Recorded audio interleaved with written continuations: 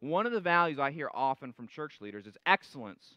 We pride ourselves in excellence. We want to do a great work for God. And I can kind of get behind that, right? We don't want to give God our leftovers. We want to work hard for God. We want to do our best. I could even back up that with some scripture.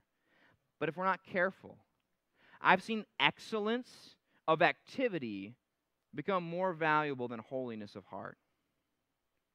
You know, and when that happens, you have set yourself up to spread defilement and sin. I mean, I've heard of churches who have non-Christians in their worship band.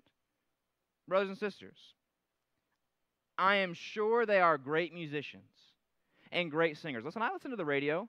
I know that people who aren't Christian have great voices, and they're great with instruments.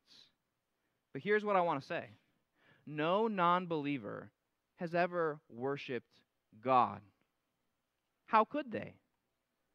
Would you hire a preacher who's a non-believer to preach to you? And let me tell you, they could be great. You can be a great preacher and teacher without holiness of heart. Here's what you got to do. Be smart, be creative, be engaging, tell great stories, great illustrations, be dramatic, and everyone will think you are gifted.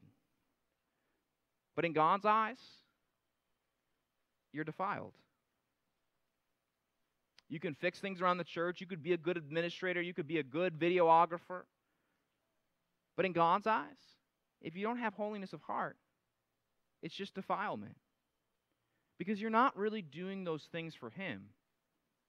You're doing them for others. You're doing them for yourself. Because it makes you feel good being altruistic, or maybe somehow I'm impressing God. But listen, you can't impress God. You exist for God. At the very least, you're just returning God to what's due to Him. And far more important than giving some kind of tribute to God is to live a life of holy fear and reverence.